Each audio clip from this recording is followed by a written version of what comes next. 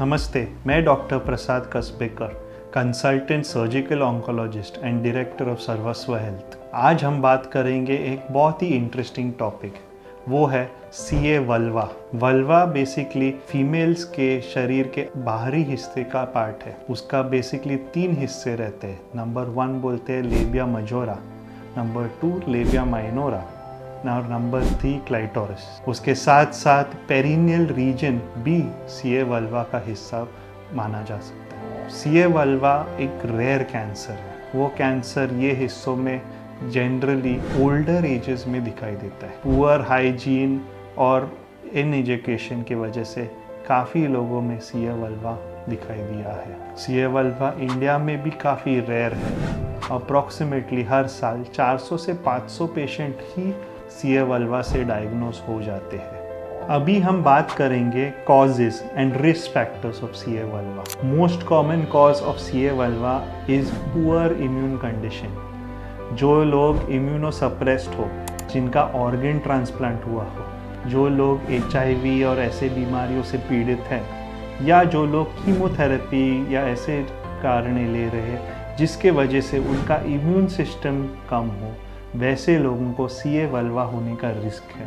Other causes are increased age, जैसे आपका उम्र बढ़ जाता है, पुअर लोकल हाइजीन के वजह से सीए होने का रिस्क रहता है। HPV वायरस बहुत ही कॉमन कॉज है वल्वा कैंसर का, और उसके वजह से HPV वैक्सीनेशन कभी कभी वल्वा कैंसर भी प्रिवेंट कर सकता है। और कारण रहते हैं स्मोकिंग और अल्कोहल। ये तो काफ़ी कैंसरों से जुड़े हैं और सीए वल्वा कोई अलग कैंसर नहीं है। तो ये मेन रिस्क फैक्टर्स है। एक और रिस्क फैक्टर है स्किन कंडीशंस, जिनको सर्टेन स्किन डिसऑर्डर्स जैसे लाइकन स्क्लेरोसिस है।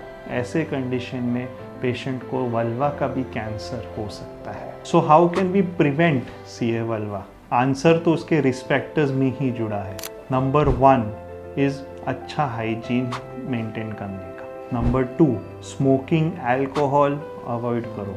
नंबर 3 HPV वैक्सीनेशन ले लो। एंड नंबर 4 सेक्स या इंटरकॉर्स के टाइम पे कॉन्डम का इस्तेमाल करो, एस्पेशली अगर आपका पार्टनर का स्टेटस आपको पता नहीं है तो अब हम बात करते हैं signs and symptoms of vulvar cancer. Vulvar cancer basically के 5 या 6 साइंस और सिम्टम्स रहते हैं। Number 1 is itching at the local site, जो नॉर्मल ट्रीटमेंट के बाद भी कायम रहता है। Number 2 is bleeding, especially abnormal bleeding between menstrual periods. Number 3 is skin changes, जैसे कि thickening of your skin or sometimes scaling from the skin. Number 4 is pain. Pain is a common symptom of vulvar cancer. Number 5 is basically sometimes ulceration, lumps or warts.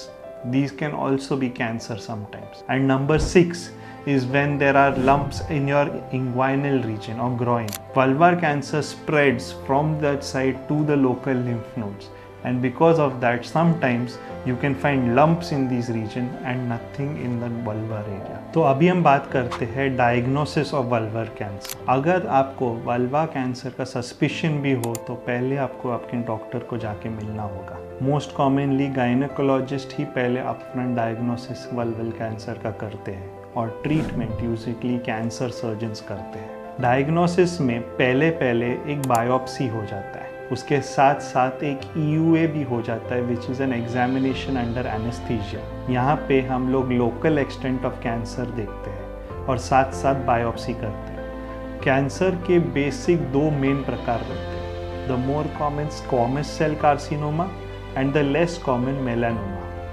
बाकी भी rare types रहते हैं जैसे adenocarcinoma, but उनका treatment more और less squamous से जुड़ा हुआ है। बायोप्सी और एग्जामिनेशन के साथ साथ एक स्टेजिंग करना ज़रूरी है।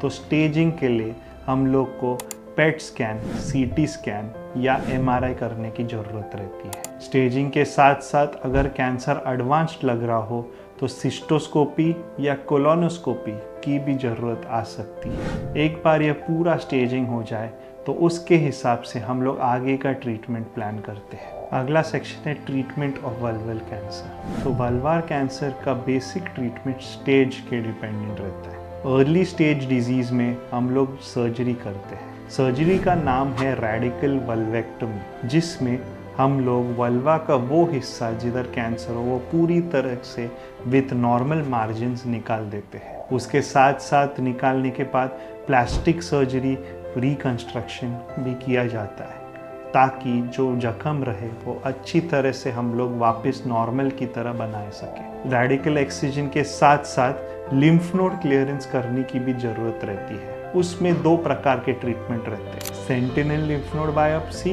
या inguinal block dissection. Sentinel lymph node biopsy में हम लोग एक डाई इंजेक्ट करते हैं और वो सेंटिनल नोड्स में पिकअप हो जाता है। वो नोड्स हम निकाल के टेस्टिंग के लिए भेज देते हैं और अगर वो नोड्स में कैंसर है तो हम लोग पूरा लिम्फ नोड निकाल देते हैं, जिसको हम इंग्वाइनल ब्लॉक डिसेक्शन बोलते हैं। अगर वो लिम्फ नोड्स में कैंसर नहीं है तो कभी कभी हम लोग इंग्वाइनल ब्लॉक डिसेक्शन अवॉइड भी कर सकते हैं। This is very important based on the initial stage of the disease, यानी आपके पेट स्कैन में या MRI में इसके नोड्स दिख रहे या नहीं दिख रहे। कैंसर सर्जरी के बाद भी based on the histopathology report आगे की ट्रीटमेंट भी जरूरी रहती है। अगर कैंसर ज़्यादा हो या उसके मार्जिन्स कम हो या अगर लिम्फ नोड्स पॉजिटिव हो तो वो सिचुएशंस में हम लोग रेडिएशन भी दे देते हैं। रेडिएशन के साथ साथ एडवांस डिजीज़ में कभी कभी कीमोथेरेपी की भी ज़रूरत रहती है।